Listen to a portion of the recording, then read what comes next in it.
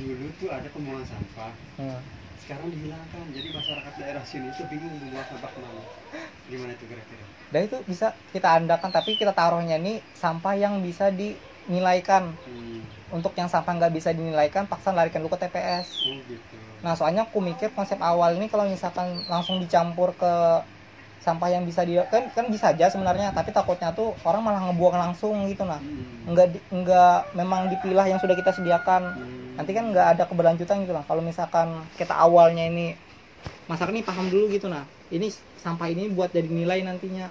Nah, nanti kan otomatis kalau sudah masyarakat ini paham, otomatis bisa aja kita sediakan kayak TPS yang ala-ala paling terdekat yang kita misalnya nih, nah ini sampah yang kita kelola ini kayak anggapan sampah yang dicampur, kan bisa aja nanti kita sekalian kita buang sampahnya di TPS nanti. Yang penting kan yang dikelola ini sudah mereka teratur gitu. Nah, tapi misalkan awal ini kita langsung tempat yang bisa dicampur, orang mikir lebih baik langsung buang yang dicampur tadi daripada yang dikelola tadi kan? Tapi kita kasih awalnya yang dikelola dulu, jadi kan otomatis kan gitu. Jadi kayak mancing.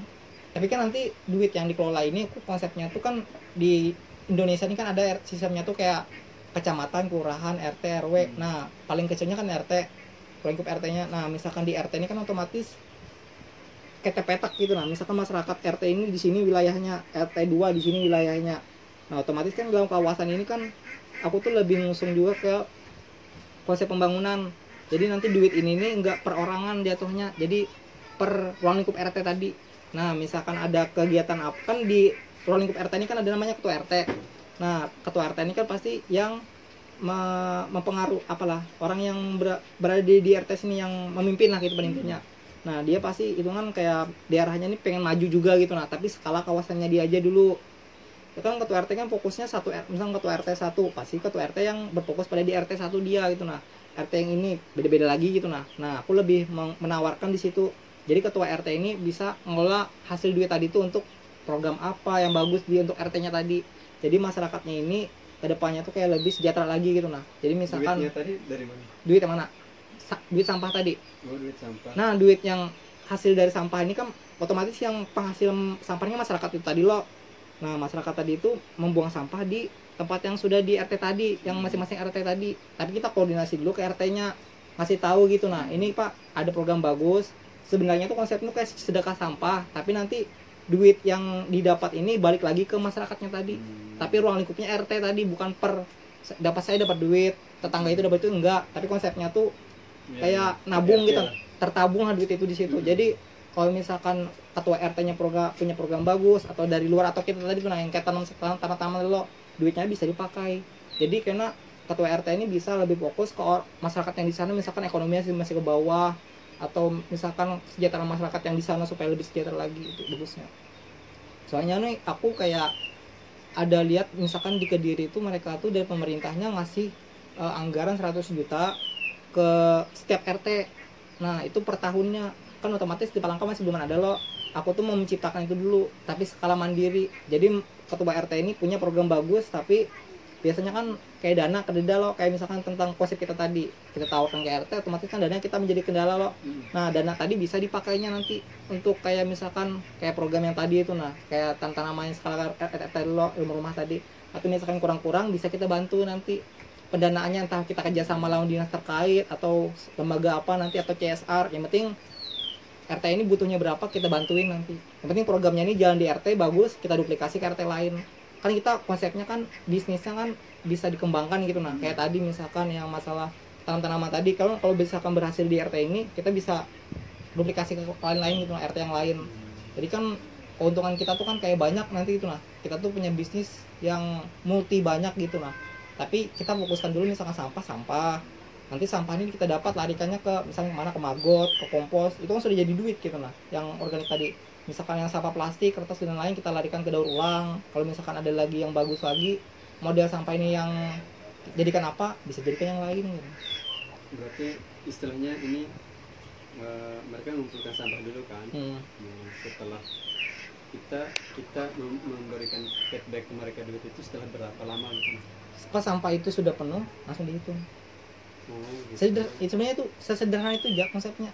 Tapi masih belum ada Palangka. Nah, aku menghadirkan itu tadi. Wadah sampah kita penuh, kita angkut kasih duit gitu kan. Kasih duit, tapi modelnya tuh duitnya tuh misalkan ini kan setiap RT kan, makanya aku ada mau kepikiran ngembangkan aplikasi gitu. Nah tapi aplikasi ini kalau sudah jalan dulu, jadi kan aplikasi itu nanti bisa ngeliat nih, nah di RT kami sudah masuk berapa ratus ribu atau berapa nominalnya sudah ini.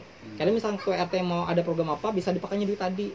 Jadi masukku penggunaan aplikasi kita membuat transparansi gitu, nah membuat kayak di duit ini sudah dapat saya ini RT kami. Jadi kan masyarakat sendiri yang buang sampah.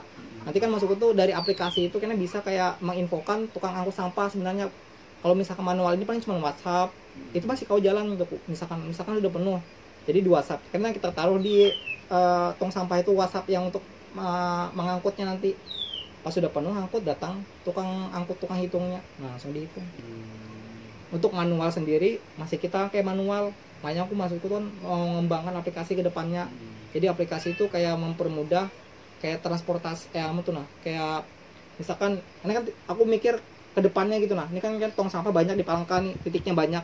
Nah di aplikasi itu kena bisa ngeberitahu kayak misalkan di sini harus diambil, yang ngasih tahu tuh kalau ada masyarakat yang di sana atau siapa gitu. Nah kalau otomatis terkirim datanya ke tukang angkut. Nah tukang angkut kayak Gojek ya, kayak nerima info, terus mereka datang ke sana langsung hitung. Sebenarnya tuh konsep bisnis dari Jakarta tuh Rapel namanya, tapi mereka tuh nggak seperti ini konsepnya, lebih ke individu. Misalkan rumahku ada sampah kebetulan, aku yang ngelola sampahku sendiri, terus aku jual, duitnya kita angkut serangan. Nah itu mereka yang konsep yang bisnis sekarang, tapi bisnis punya aku tuh lebih ke pembangunan konsepnya.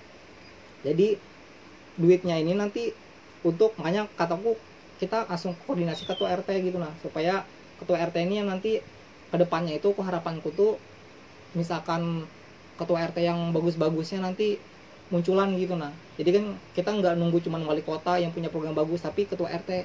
Jadi misalkan aku nih yang mau jadi ketua RT, aku punya program bagus, kegiatan bagus, terus aku yang jadi RT, terus aku punya konsep ini terapkan sejahtera lah ruang lingkup kawasanku gitu. Nah setidaknya kawasanku lah, kalau bisa kawasan yang lain kan skala RT kan lumayan kecil, kakaknya cuma berapa puluh aja gitu. Nah tapi dia tahu yang berapa puluh ini berapa yang ekonominya ke bawah, berapa yang ke atas, siapa aja orangnya. Itu yang nilai plusnya aku lihat dari sistem pemerintahan kita tuh. Kalau misalkan wali kota misalkan melihat masyarakat kita berapa ratus ribu, kan kalau ini kan nggak tahu aku misalkan ekonomi ke bawah, dia ekonomi ke atas. Tapi misalkan ketua RT kan tahu kan, soalnya kawasan dia tuh kecil gitu. Nah pasti dia orang-orang situ juga gitu. Nah pasti kan dia tahu gitu, nah kayak mana keseharian masyarakat A, B, C ini ekonominya lagi kendala atau kada. Nah ini bisa hadir sebagai pemerintahan pemangku kebijakan paling kecil gitu. Nah jadi biasa menciptakan program-program bagus. Dari program yang dia ciptakan kita bisa duplikasikan ke semua RT. Jadi misalkan kayak tadi tanaman-tanaman tadi bagus, kita duplikasikan ke semua RT. Misalkan kegiatan apa lagi yang bagus yang menghasilkan yang nilai ekonomis, peningkatan. Makanya aku segi pandangku nih kayak mungkin dari jurusanku dari pemerintahan, makanya aku punya pola pikir kayak itu kan, pembangunan. Tapi aku tuh lebih ke skala ruang lingkupnya kecil. Aku mikirnya nggak ruang lingkup wali kota atau apa bupati, enggak. Banyak konsepnya tuh lebih menciptakan dari bawah dulu. Makanya misalkan ini aku lebih sebenarnya ini realistis ya, hitungnya masih realistis. Tapi kalau misalkan skala besarnya tuh itu kayak impian gitu. Nah kan misalkan ini berhasil bisa merubah kayak pola pikir kita nanti ke depannya. Sebenarnya ini coba ya. Makanya sebenarnya ini aku agak berat, tapi kayaknya mungkin kalau misalkan orang-orang yang sudah terbiasa aja aku mungkin paham aja kayak ini. Soalnya aku kalau ngobrol sama temanku loh, mungkin ini mikir tuh kayak mustahil gitu. Nah baginya lah tahu bagi aku. Soalnya aku punya kayak pemikiran yang ini masih realistis ya gitu. Nah masih relevan ya, masih aku. Yang penting intinya tuh akan realistis ketika ini terus berjalan. Apapun yang terjadi kalau terus berjalan itu akan menjadi realistis. Itu, kenapa dia nggak realistis ya?